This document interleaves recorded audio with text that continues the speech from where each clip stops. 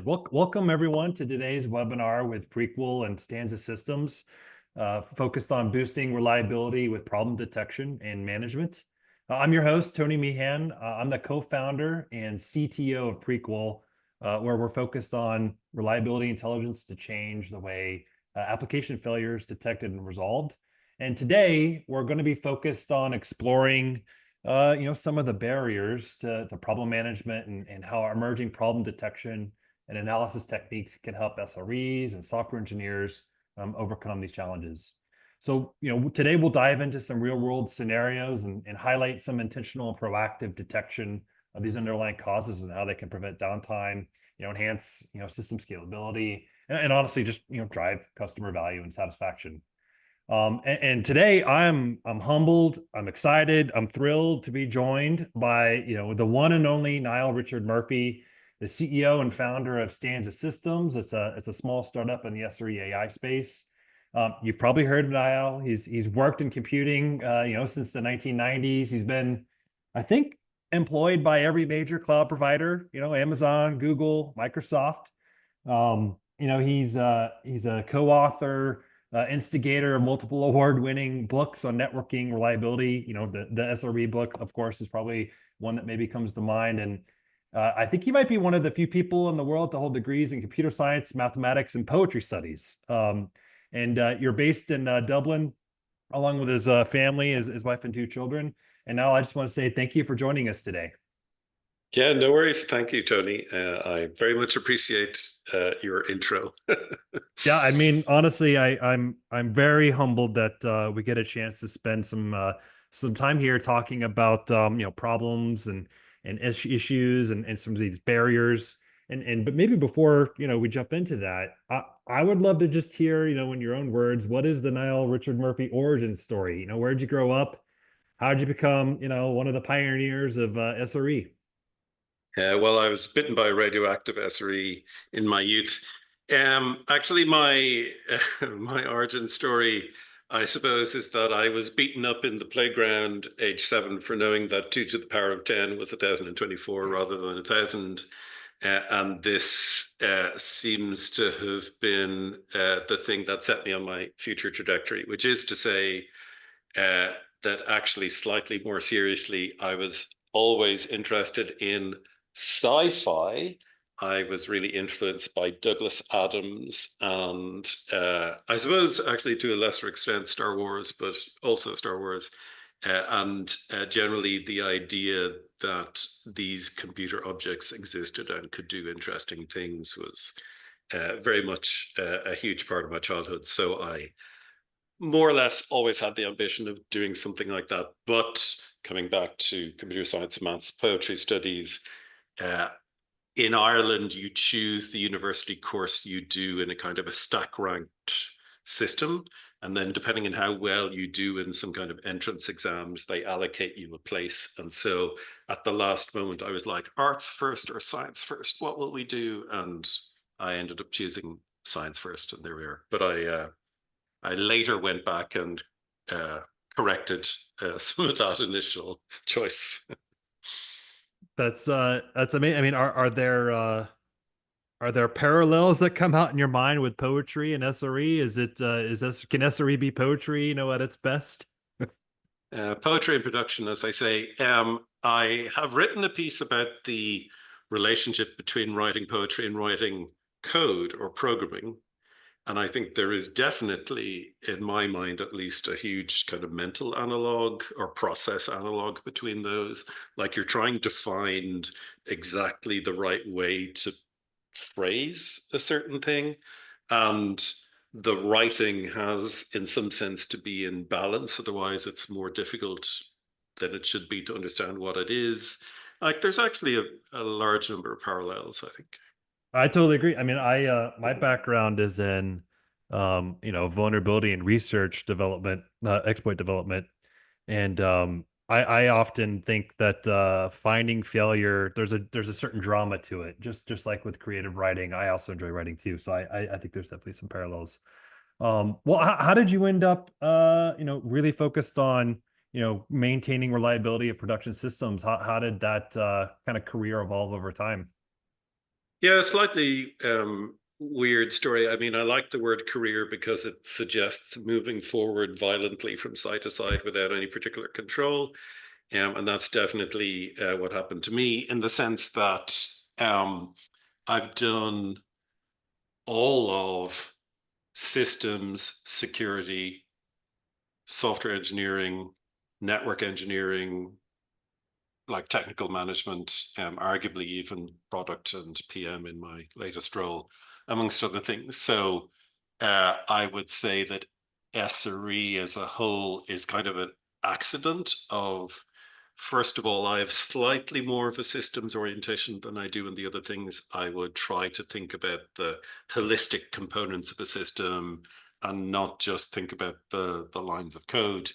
But really, in terms of the job title and so on, it's really the fact that Google decided that the most easy thing it would be for it to extrude to a site to the other side of the world from Mountain View is the SRE function because of the on-call component to it and so on and so forth. And like, I got a job.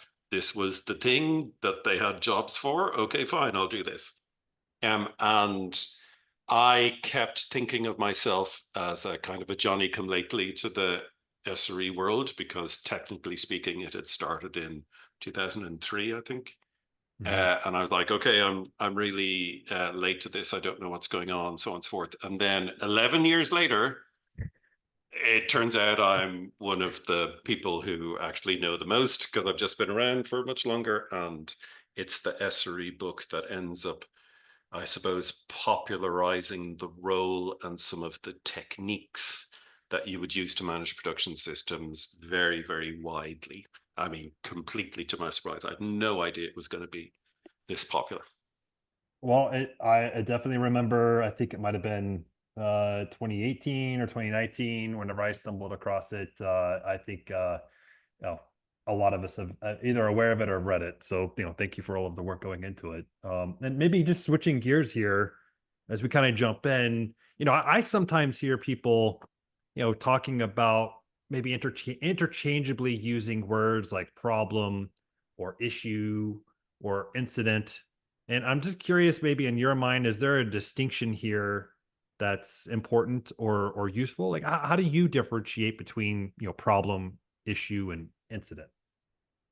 Yeah, so I think the first thing I'd say is linguistics nerds have real trouble in the technical industry because it's just a giant meat grinder into which you place syllables and words, and they get sliced up and spewed out, and things kind of get their meaning dilutes over time. But I will say that in as much as these things admit of precise definitions, which is not very much at all, and I think that actually the LFI or resilience community is pretty good about pointing out that sometimes these things do not enjoy precise definitions. But broadly speaking, an incident is something that's going wrong right now, affecting things, users. It's bad, but like there's this real time component to it.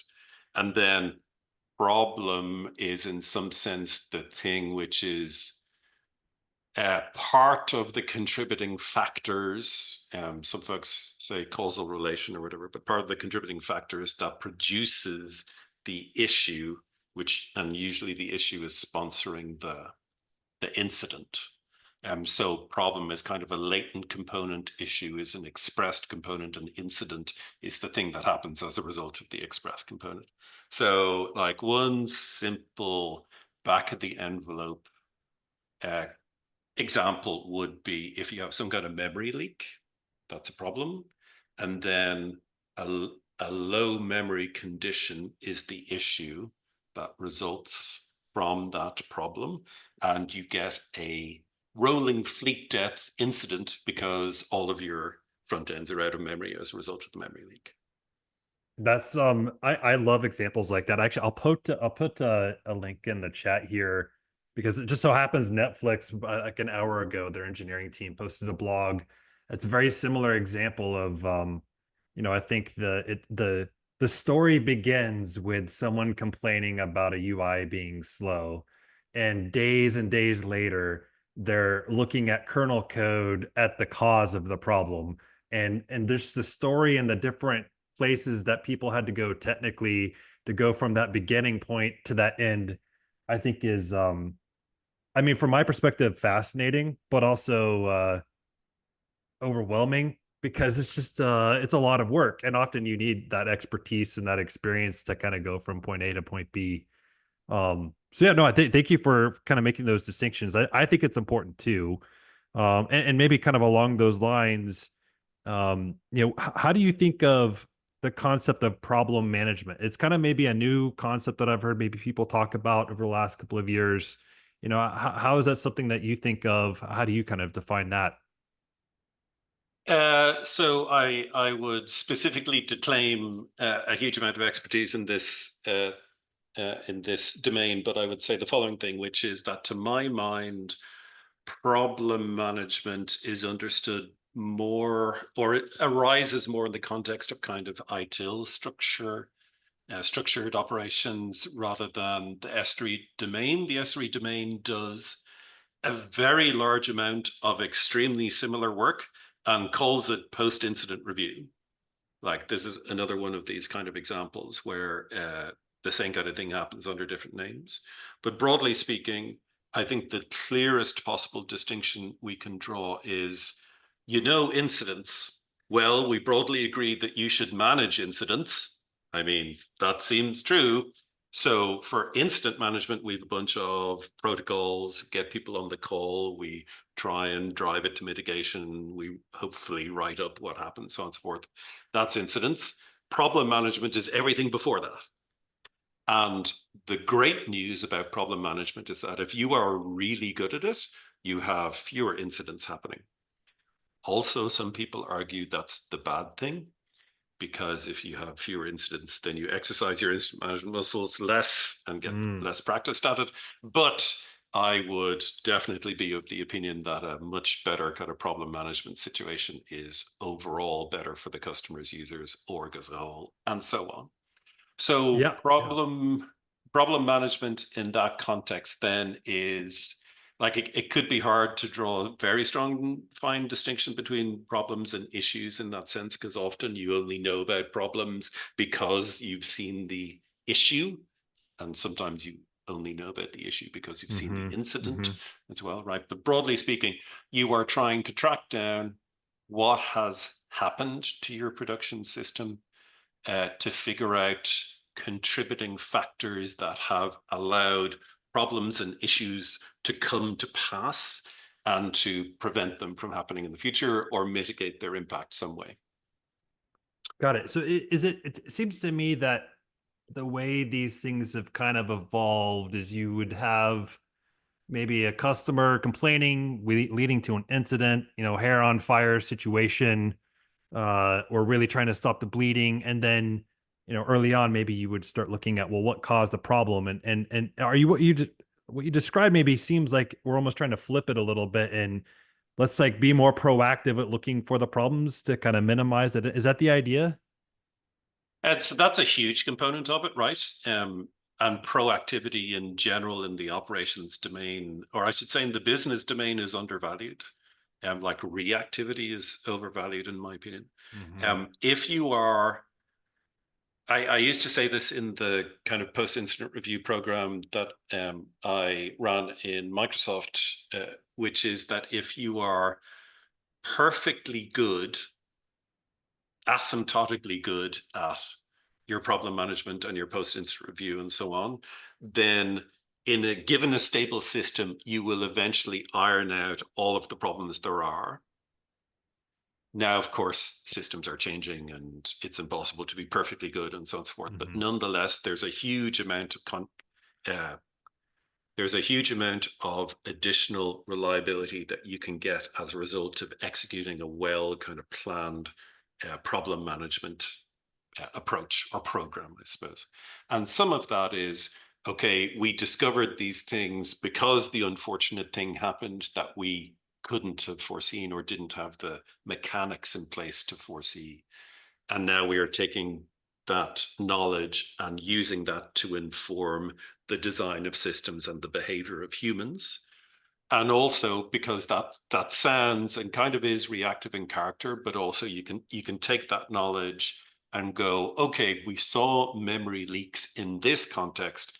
Are we using libraries that have memory leaks in any other context? And generally speaking, you encounter, because software is hard, other folks who are using other libraries that admit of this kind of thing.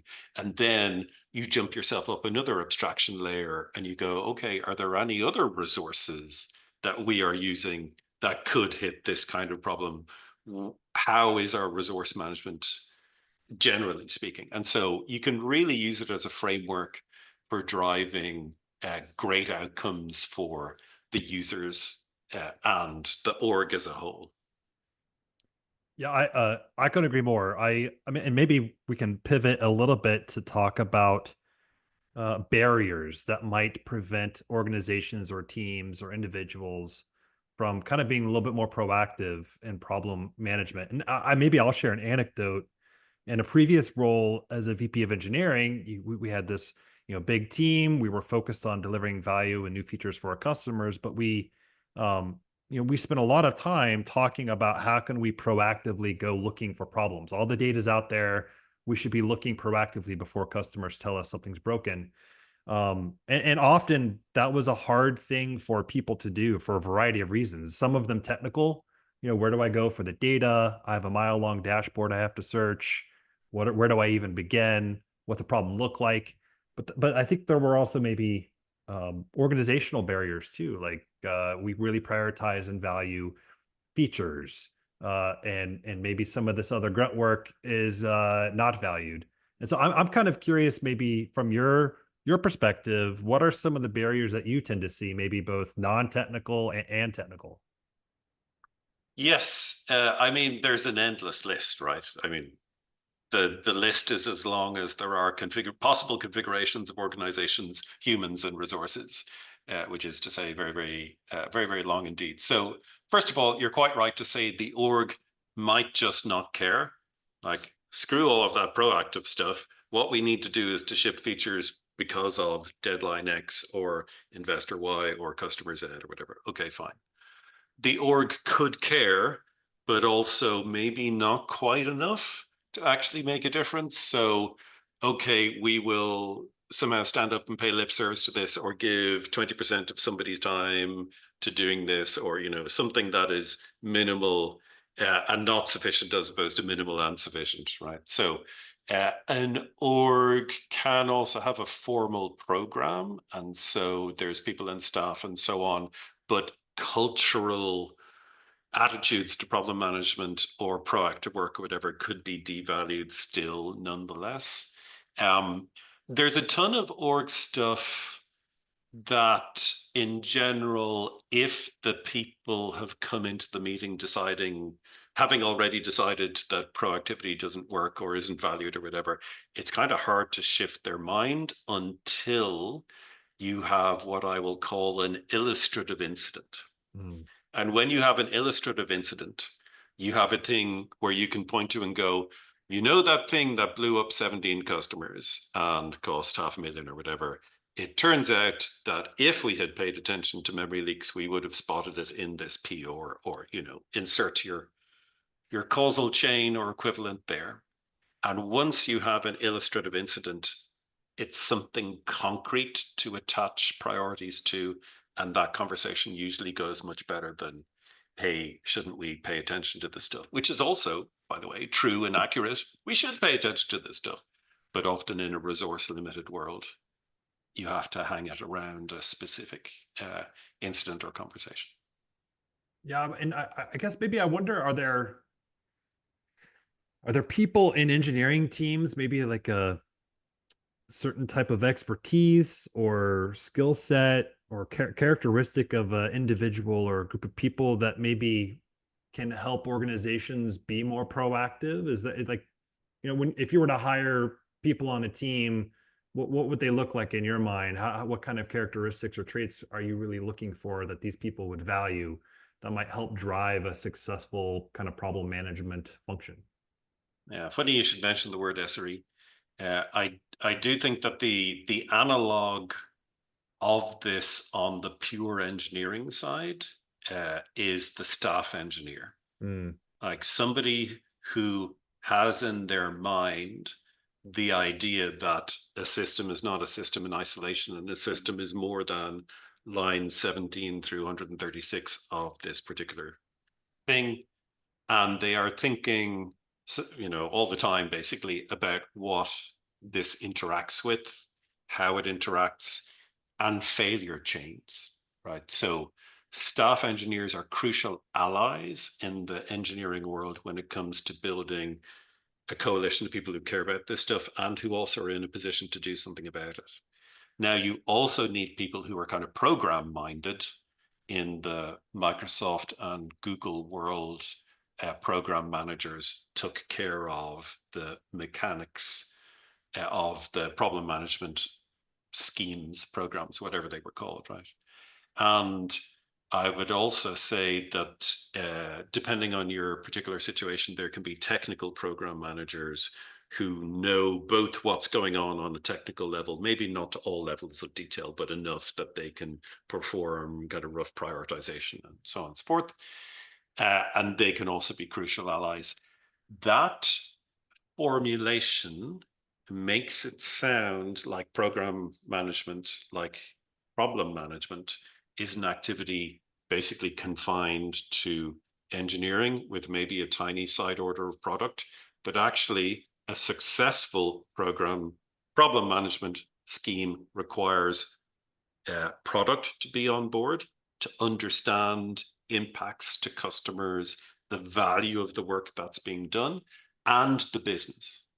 And so the business needs to be in a situation to respond to, like, if there's some kind of terrible data center outage and your thing is down for 8 hours or whatever, ask me how I know. The board needs to be able to say, yes, we have a problem management program in place and it's being run with the following people and so on and so forth. Like there's a huge component to risk management in this. And risk management is obviously very important for companies and orgs and sectors of the economy which are regulated, like fintech and health and so on and so forth. There are often formal requirements to have some kind of system like this in place, some kind of program like this in place. But even outside of those contexts, it's good, useful, and so on and so forth to have this. That makes sense. And maybe kind of related to this, having the right people. I'm kind of curious, maybe are there, in your mind, is there tooling or some kind of technology enabler here that can help teams be more successful, more proactive? So I guess maybe kind of a two-part question. What kind of tooling do you have in mind as something that can help enable this? And then I think maybe related to this is like where does one begin? Like asking the questions. I mean, you alluded to it earlier, like maybe looking at prior problems or prior incidents and sort of asking the question, where else might this be happening, kind of up and down the abstraction layers and stack. But maybe the question here is what kind of tooling can enable this, and where does one even begin to go hunting for these things? Yeah, great question. So I maybe have more useful and less useful answers to this because of my bias and position in the industry and so on and so forth. But I will say, and history, I will say that in the big megacorps that I've tended to live in, there has tended to be some kind of tooling already. And the function of that tooling has generally been to surface the data. If you can't get your hands on the data, even if it's just the raw text kind of a postmortem or whatever, then it is extraordinarily hard for you to make meaningful progress on these kinds of things, because a lot of the problem management domain is about looking not just at isolated incidents, but also proportion of problems under various headings, under various categorizations. So from a prioritization point of view, so you can say, oh, we tend to have more failures in the Taiwan data center when you are using such and such a language in your browser. And so that gives you a hint about what might be going on behind the scenes and how many people it might be affecting and so on. And all of those numbers go towards a well-prioritized problem management setup. if you can't get your hands on the text, the numbers, etc., it's just very difficult to take a analytic backwards based approach. You can take a proactive forward based approach, but you're still kind of shooting in the dark somewhat. So you can go, okay, I got an email suggesting that this library has such and such a security problem with it. Security problems often come with some resource problems or whatever. So I'm going to take a bet that actually this library is not good for us to use and roll out a replacement and so on. And so those activities can help to suppress problems, issues, and incidents, but you mightn't ever know, which is obviously a huge problem when it comes to running a program. But anyway, long story short, there's a lot of tooling out there in the places I have been, but a lot of it tends to focus on exposing the data and isn't particularly kind of friendly, user-friendly in any way. The difficulty with that approach is that often this is perfectly fine for engineering and less fine for product and much less fine for business. Mm. And so I would say that any product that does a good job of assembling this data and displaying it in BI style ways, or at least nicely queryable style ways, that's an excellent, excellent product. Yeah, that makes sense to me. Having hands-on access to insights into how the code is running in production. That I mean, that's like step number one. But I'm curious, like, what is your opinion on? I have a search bar into this data. What am I looking for? Like, where do I begin? If I tomorrow I decide in my organization, I'm now going to go looking for some problems. How does one get started? What are some of the things that you would kind of go looking for, hunting for? Yeah, good question. By the way, if you ever meet anyone who has a lot of free time and they're like, what should I look for? Do let me know.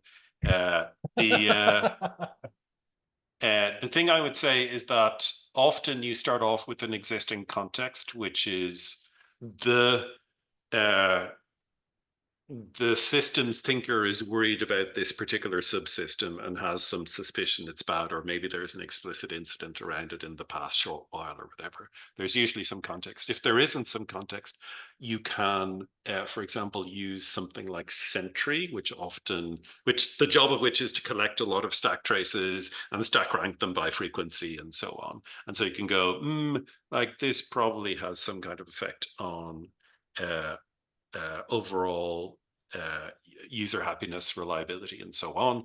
You can also take the user point of view and you can look at, oh, we have 17 user reports that these things have happened to them, and this particular person had a session, and maybe you're even in a position to replay the log from the session or whatever, which had something go wrong in the middle of it. I will go and search for that. Uh, I I would say that given any sufficiently complex or long or whatever kind of code base, more or less any letter you type into the search bar would bring up a bug of some kind. That's where I am.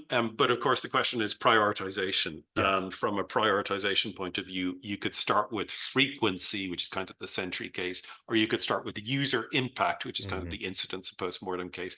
Or, I happen to be familiar with this subsystem. I will try and clean up this subsystem locality, right? I too am someone who thinks if you want to find a bug, you just have to go look because it's always there. There's always something there. It may be related here, in organizations where, people have access to this data. Are there any limitations here? Is there such a thing as having too much data or not specific enough? Yeah, so first of all, yes, of course, not enough data is an issue. Too much data is also an issue, particularly if that reaches some technical threshold that makes it hard for you to do the kind of analysis that would allow you to select the right thing to work on, or to trace the area where you would need to start in order to figure out the problem or the issue and fix that. I would say the kinds of tooling that I'm aware of in the conventional public marketplace as opposed to kind of inside the hyperscalers or whatever, that tooling, generally speaking, has not very much in the way of good filtration. Like there's subsampling, statistical sampling, and a bunch of other stuff when it comes to traces and events. And for logs, the current state of the art is kind of squirt them all out into S3 and see if grep will work. Mm-hmm. There's some folks who are working busily on fixing that, as I know. But generally speaking, I would say the base level of the tooling for this is not very good. And so an annoyingly large amount of it is pushed onto not the user, but the SRE or investigator or engineer or whatever in order to figure out the needle in the haystack. Yeah. Maybe kind of switching gears here a little bit because I'm curious to talk a little bit more about Stanza's approach here and solving some of these problems, and maybe as background or context, I often think about being proactive, and I'm often thinking that it's a sense of being overwhelmed sometimes. Like maybe a concrete example here is 7 or 8 years ago, while I was at a company called Endgame, we had a 4 or 5 day outage that impacted large number of our customers, and we spent several days really looking at what's going on here, kind of chasing the symptom down to the problem. And at the end of that investigation, the problem was a known issue that had been discovered in this open source messaging library that we were using, that had been discovered in the release we had maybe 3 or 4 months before. And it was funny because you would go to that GitHub issue and you would just see a bunch of other people saying, me too, I also hit this. And it was this like conflicting feeling where we were relieved to have finally found the issue. There was even a mitigation on the GitHub issue that we could apply to fix.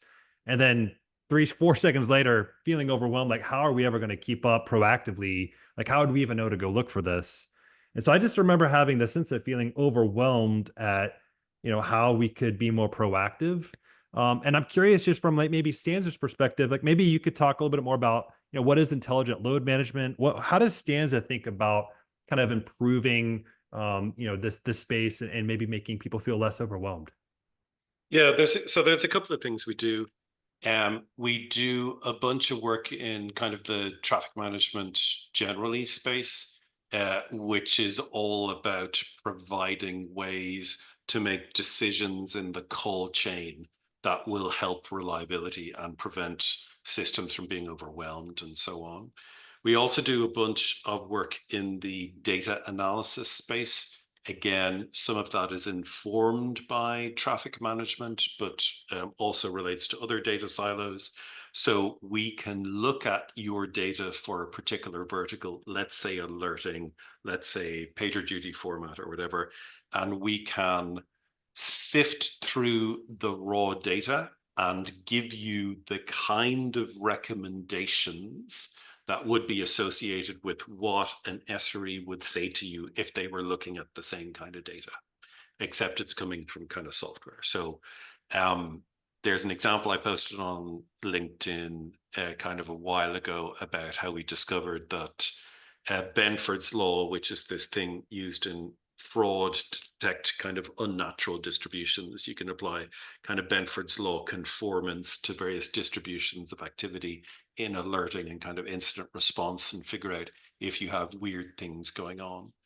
So there's a bunch of kind of mathematical techniques combined with context and experience of SREs, able to look at raw data and kind of provide information out of that data and prioritized information, which I think is, in my mind, I don't know how loudly or widely I would say this, but one of the issues with observability as is today is just you have metrics for everything. You have really cool, in some cases, tools about dividing, analyzing, slicing, probing these metrics very fast, all the rest of it, but you still lack the kind of conceptual abstraction aggregation that humans tend to want to work with when they're trying to understand a complicated thing.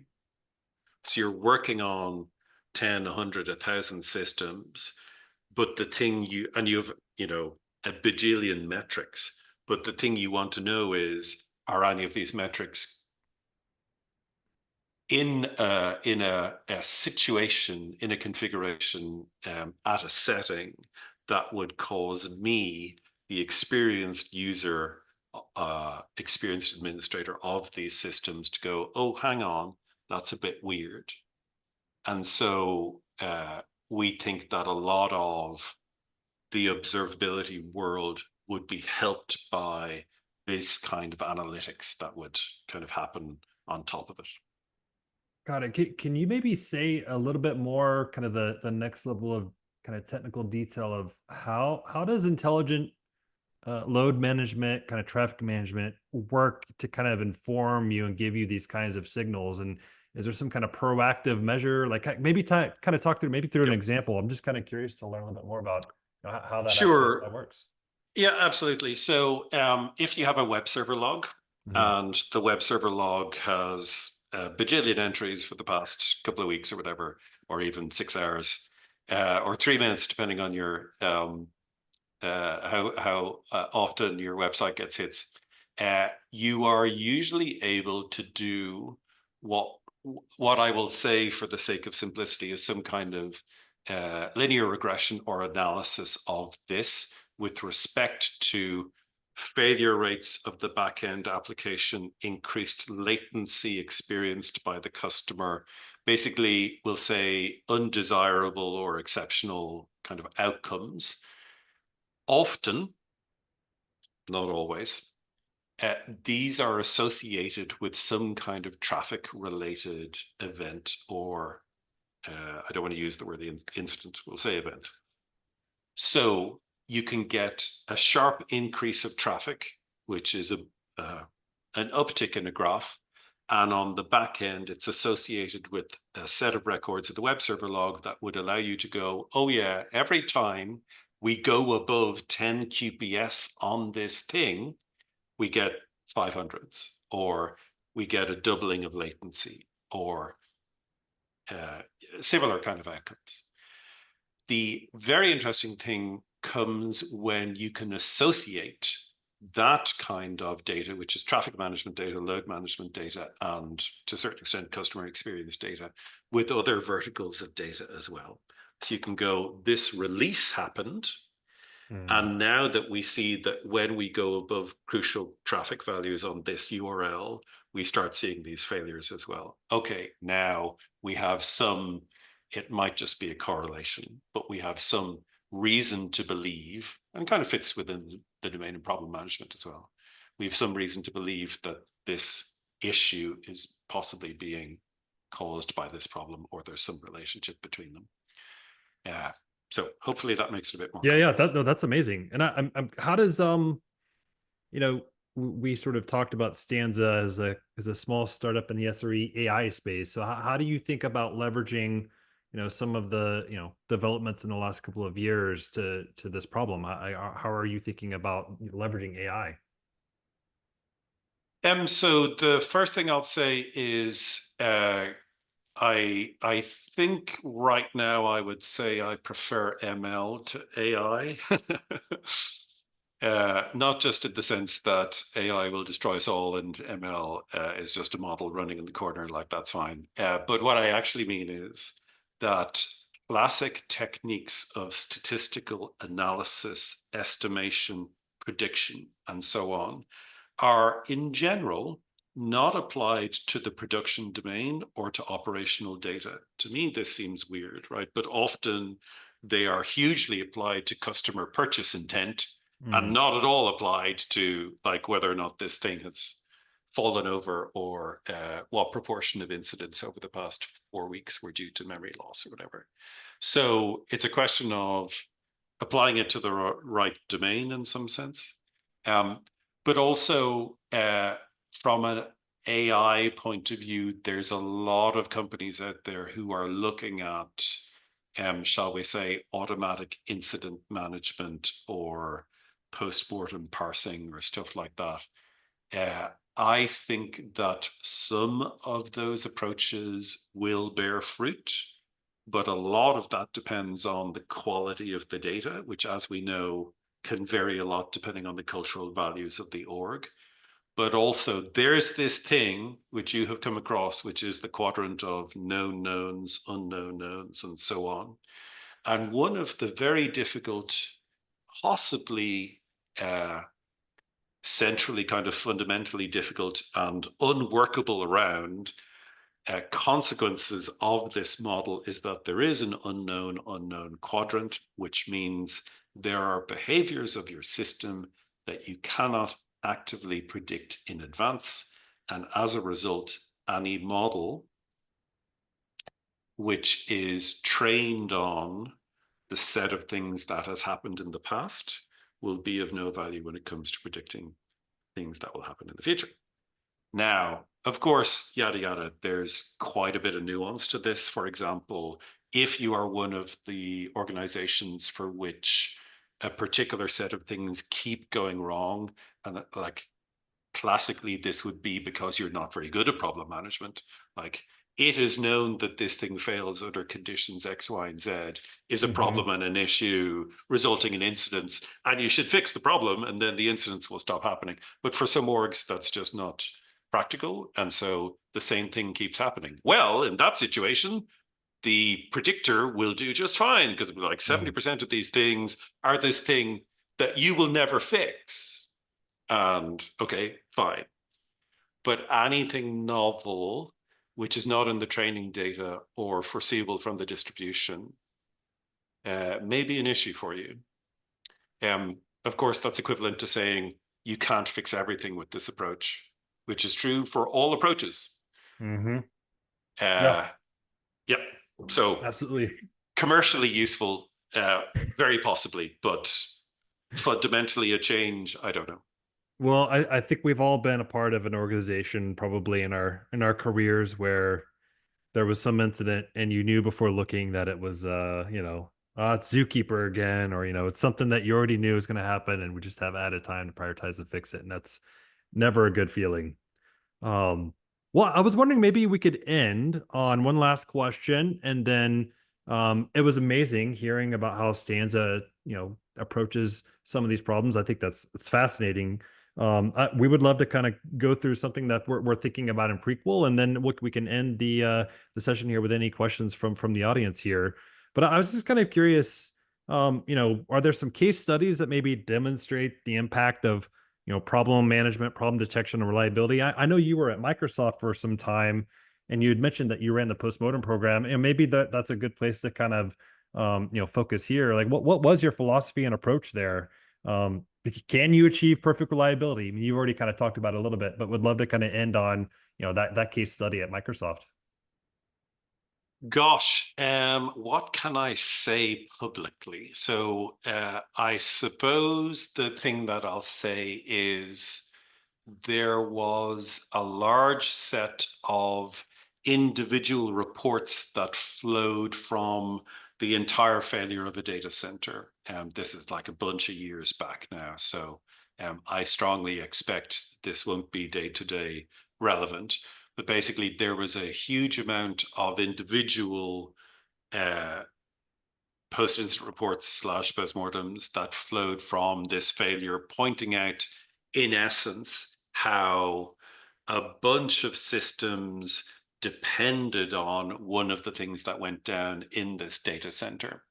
And one of the things that went down in this data center turned out to be the equivalent of, oh gosh, what's the best way to put this? So like if you are saying I am some kind of RPC service and I'm going to send my request, if I can't answer it locally, because let's say I'm kind of a caching service, I will send my request to 127.0.0.1, like something like that. It's a well-known kind of endpoint that a lot of things would end up depending on by default. And most of the time you don't see that that's actually the case at all, because either you answer from cache or you ask this thing irregularly, and when it answers, it generally like tells you the right thing and so on. Except when it's not available, at which point, if any of the answers are not in cache, you're in real trouble.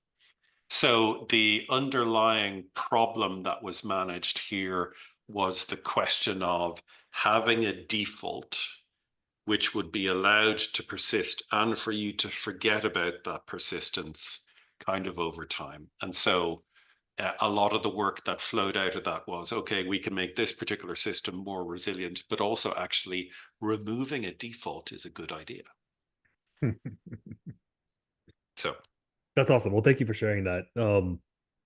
Well, cool. So yeah, let's maybe I can spend just a minute here talking about some of the things that we've been thinking about, at Prequel. Again, maybe to kind of help me with the times in my past where I have felt overwhelmed. That issue that we had at Endgame was definitely one example, and we found as we've talked to other people, kind of a similar set of problems. So would love to kind of maybe walk through that, and then we'll turn over to Q&A and wrap up here at the end. I'll share my screen here.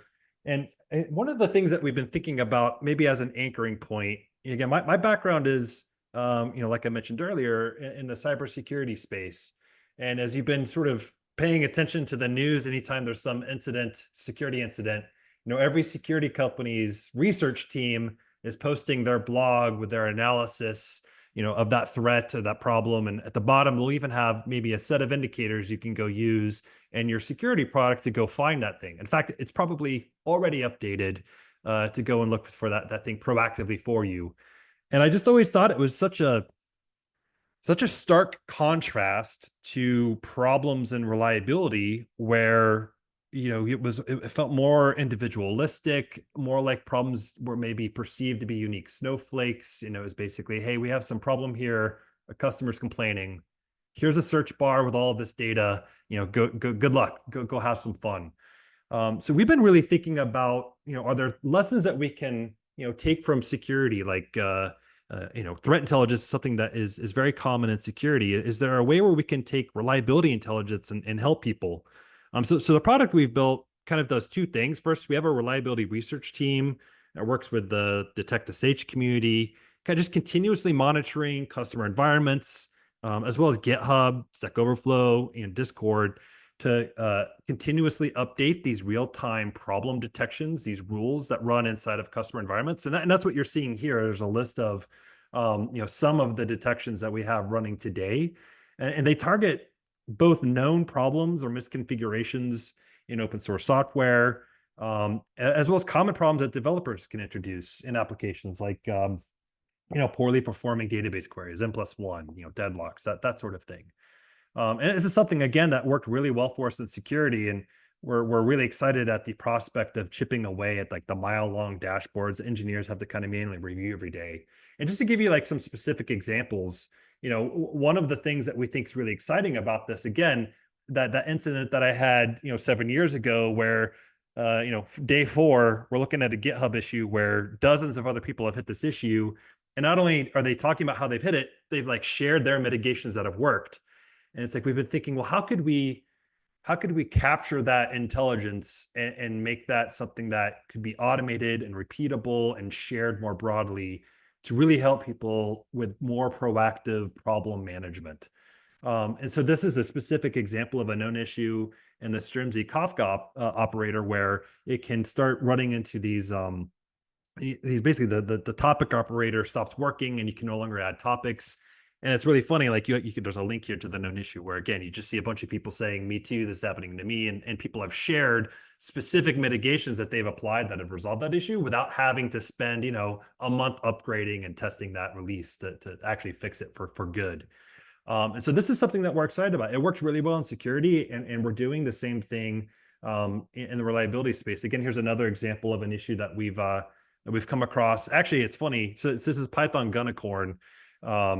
They actually, in their FAQ at the bottom, you can see the kind of the reference here, basically why are workers silently killed. It's a thing that happens a lot with Gunicorn where, it's basically the system that helps you asynchronously process tasks. So, maybe you have a symptom of 500 happening at a HTTP user-facing API, but sort of the underlying problem is Gunicorn's got a worker that's running and processing some work asynchronously for that API.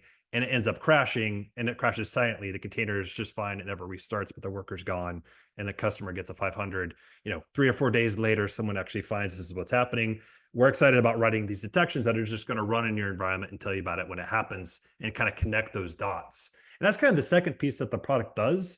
One of the first things that we were thinking about when we put together this reliability intelligence is think about people that are looking at problems, hunting for problems. Often you're creating a timeline of events to kind of put together some context, put all the breadcrumbs together on a timeline. And so we really tried to focus in the second part of the product.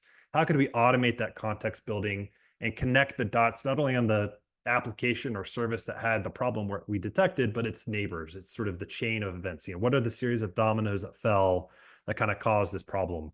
And so that's definitely something that we've been thinking about, not only showing you all of that relevant data here and giving you that analysis, but also giving you sort of like, here's what was sitting that at that time and kind of mapping all of that data in one place. So that's kind of how we've been thinking about reliability intelligence. And you can actually see the SRE number or CRE numbers here, CRE 2024-04. Again, it's just a way for us to think about how do we capture this knowledge and share it in the community so that people don't have to, go and discover these things on their own and comment on the GitHub issue. I also ran into this. So we're really excited about it. And I think both the approach that Stanza, you all have been taking, Niall, some of the things that we're thinking about, I hope can help people feel a little bit less overwhelmed about, proactively hunting for problems. So I want to end with maybe, first of all, thanking you, Niall, for joining us. It honestly was an honor and thrill to talk with you. So excited to know you and to work with you in the community.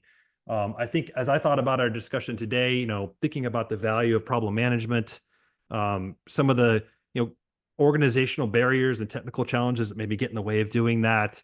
How new technologies are really enabling teams like Stanza systems, reliability intelligence. I'm excited for the future. And I just wanted to say thank you for that. A quick call to action here before we jump into Q&A. So you can join Stanza's community. You can sign up for their newsletter if you go to stanza.systems/blog. It's just at the bottom of that page. Follow Stanza on LinkedIn, on Twitter. And you can reach out to Stanza.systems through their website. And again, Niall, I just want to say huge thank you for joining us and really thank you for your time. You're grand, as we say over here. All good. Awesome. Well, let's if there are any questions from the audience, let me just check chat here. And if not, it's all good. Looks like we have maybe one here. Right. So as engineering teams shrink, how does this impact problem management prospects at companies? Yeah, good question. I think, Niall, I'll let you answer this one first, but I think what's being asked here is, maybe brain drain kind of problems. Like maybe you have an expert in your team that's left, or you just have fewer resources to bear at the problem. How do you think about that shaping the world the next 2 or 3 years? Like how is that impacting teams?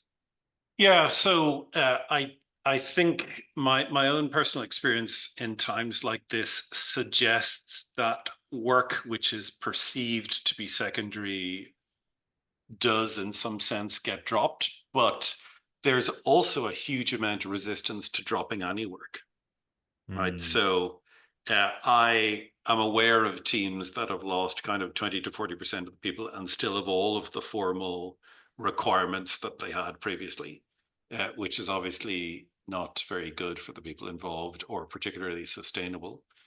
So the question is really whether or not problem management situations are going to fall into that bucket. I think for those organizations where it doesn't, there's still, for where the formal program is not dismantled, there's still a question of prioritization of the line items. For organizations where it is dismantled, the weird thing is that the work still happens, would be my observation, that actually people, like incidents still happen. And once the amount of incidents crops or goes above a certain kind of threshold, you are spending more of your time in unplanned work than planned work. And that's usually picked up by product. And they usually ask questions like, why do we have so much unplanned work? And the answer is typically incidents and so on. So even if the program management program or problem management program is dismantled, it usually comes back in some form, or the work ends up getting done. The thing I would say is your ally in that is product. And so Mm-hmm. when you're talking to product folks, you have to make the argument that this work still needs to be protected on an organizational barrier. There's a thing that I like to talk about or quote, which is also connected to another question I see there, which is one of the biggest challenges as an engineering leader is justifying proactive reliability or security work to the business. Any thoughts on how to do this? There's a piece of Microsoft research that I find myself quoting a lot, which is about how good we are at estimating when we are going to do particular projects or implement features or whatever in the scope of product. How good are we at estimating whether or not that work will have been worthwhile when we look Mm. back on it? And it turns out that if you have like 100 uh, tasks or feature launches or whatever, that about 33% of the time you will be correct about the fact that this feature is used by people or brings in more money than it costs to generate or whatever. About 33% of the time, you're neutral, which is to say, a few people use it, but not that many, or maybe it costs about as much to run as it brings in. And about 33% of the time, you will be wrong, entirely negative. So no one uses it and it sits there in the code base taking up space it shouldn't or costs more to run. And I will say that one potential approach you can take is you can go to product and you can say, with a particular problem in mind, you can go 66% of the time, you will be incorrect or neutral about the thing you are trying to do. Whereas over here, I have a narrowly scoped problem resolution. So I will trade you one of those things that might go wrong for this thing which is known to increase benefits. How about that? And it's one argument that has resonated in the past. Yeah, that's a good one. I think seeking allies in an organization, especially product, is super important, and having that relationship kind of enables you to have a conversation like that. So that's actually really, really good advice, and great advice to end on too. So again, Niall, I really appreciate your time. Maybe one last call to action on my side. We also have a community. I mentioned it earlier, detect.sh. You can join us at www.detect.sh. And then Prequel is free to try. So we'd love to get feedback on the product. Give us a shout out at prequel.dev and try out the product. But again, Niall, thank you so much for your time. It was really great No talking with worries. you, and we'll see you around. Thank you.